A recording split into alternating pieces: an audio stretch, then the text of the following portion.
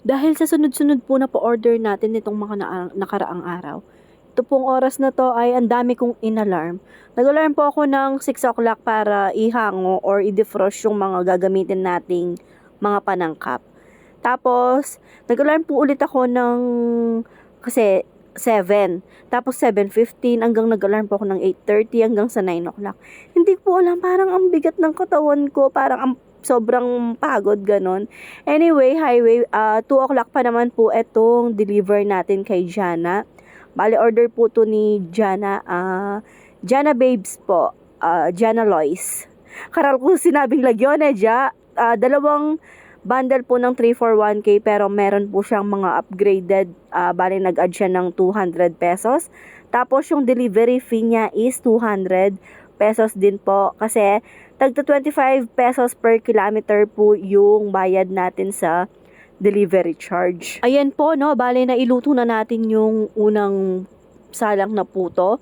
Tapos yung palabok sauce, yung spaghetti po ay nagisa na din natin. At eto pong carbonara ay paluto na din po yan.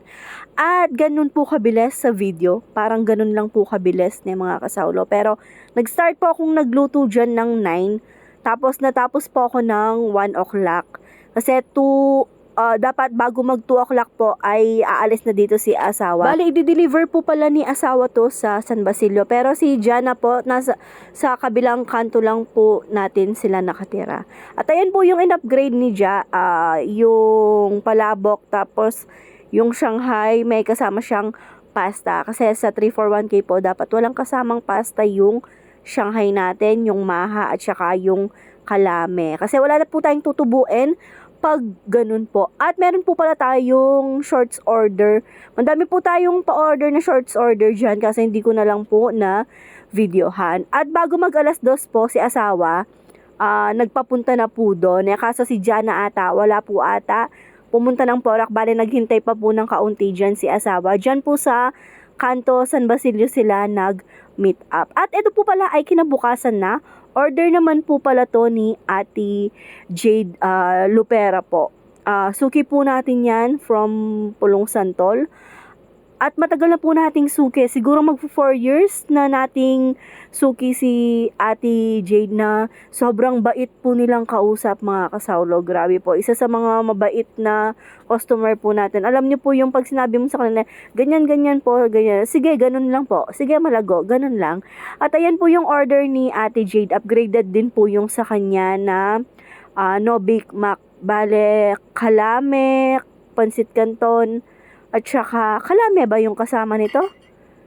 Ay, maha po pala. Maha, tapos pansit canton, at saka yung no bake. Meron din po pala tayong pasobra na merienda.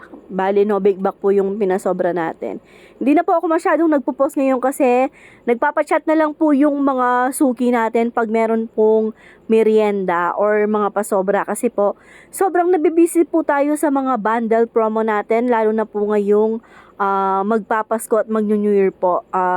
Grabe po yung binibigay na blessing sa atin ni Lord na alam niyo po yung araw-araw, grabe, siya po talaga yung nagpro-provide ng pang-araw-araw natin. May bigay na tip po pala sa atin si Jana kanina at etong bilao naman po ay galing kay Ate Jade. Thank you po.